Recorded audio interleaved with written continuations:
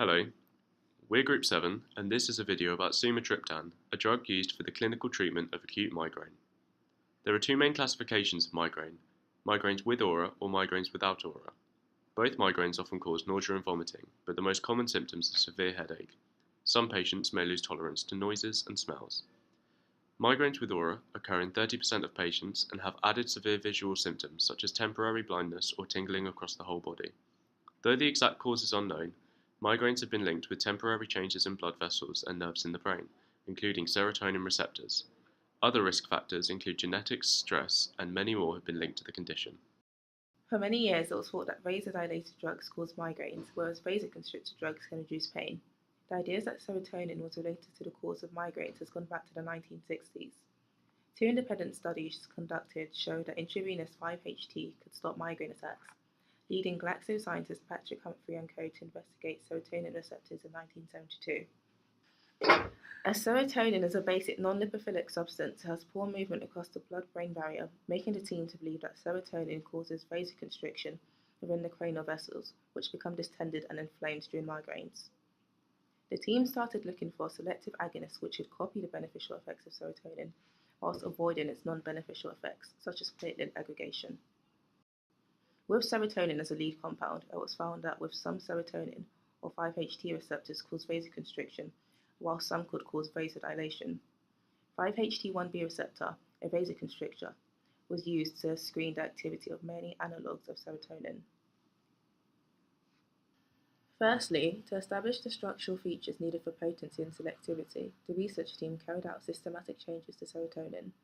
The hydroxy group of serotonins was replaced with hydrogen or other substituents.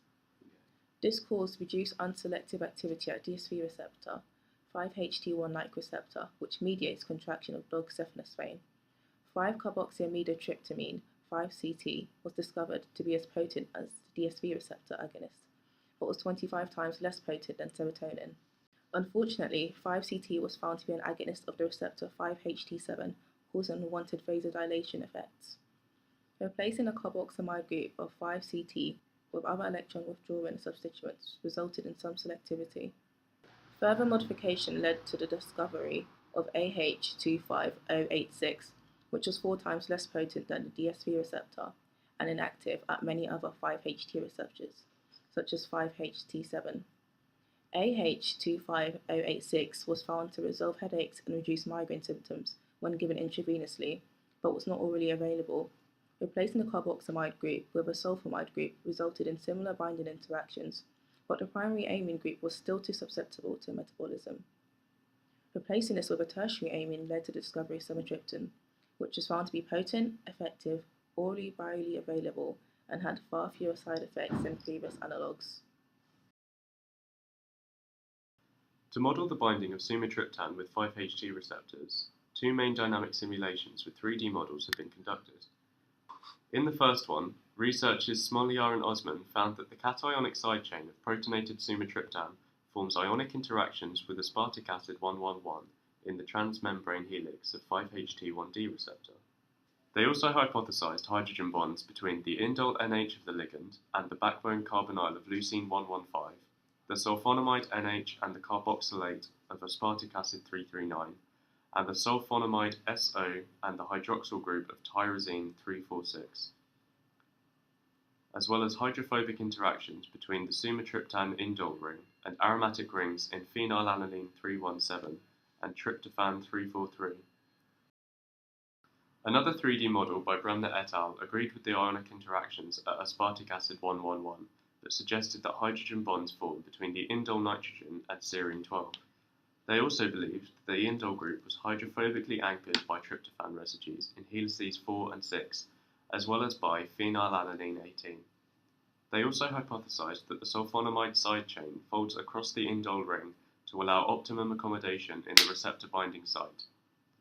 Further hydrogen bonds between the sulfonamide nitrogen and serine 21, plus the sulfone oxygen and threonine 6, were thought to stabilize this conformation. 5-HT1B and 1D are almost pharmacologically indistinguishable due to 68% amino acid sequence homology. Hence, sumatriptan will bind similarly to the 5-HT1B receptor. The way sumatriptan is synthesized is from the commercially available N-methyl-1 4-nitrophenyl methane sulfonamide starting material. Using nitrous oxide made in concentrated hydrochloric acid at -5 degrees Celsius, diazotization occurs. The diazonium product is then reduced to the aryl hydrazine product. The aryl hydrazine is converted to an aryl hydrazone in a condensation reaction with another commercially available reagent, 4-chloro-1,1-dimethoxybutane.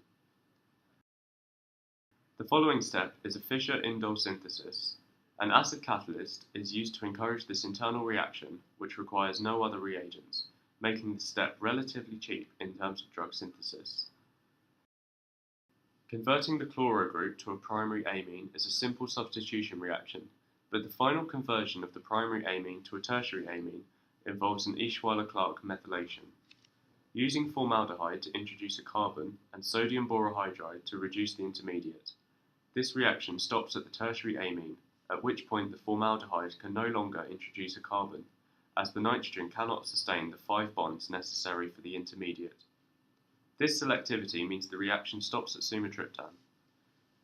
Unfortunately, this original synthesis had a low yield and several impurities. The main impurity was prevented by adding an ethyl ester protecting group to the nitrogen of the sulfonamide group. This gave rise to a one-pot process from hydrazone formation to indol synthesis, with a yield of 50%, followed by removal of the protecting group by potassium hydroxide and methanol. However, a new impurity became prevalent. The solution was another ethyl ester protecting group to the C2 position of the indol. The resulting process provided an 80% yield in the Fischer-Indol synthesis, before the removal of the protecting groups by potassium hydroxide and methanol, and then quinolone and copper powder refluxed. Sumatriptan is a highly selective agonist of 5-HT1B and 5-HT1D receptors, with little activity at other 5-HT receptors. 5-HT1B and 1D are negatively coupled at adenate cyclase, which then stimulated decreased levels of cyclic AMP. Normally, the 5-HT precursor, tryptophan, is taken up the urine and then converted to 5-hydroxytryptophan by tryptophan hydroxylase. Aromatic amino acid decarboxylase then converts 5-hydroxytryptophan to 5-hydroxytryptophan, serotonin. Synthesized 5-HT is then stored in the synaptic vessel.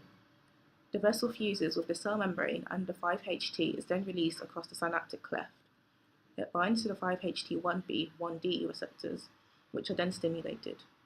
This stimulation is terminated by the reabsorption via reuptake transporters or diffused away from the synapse.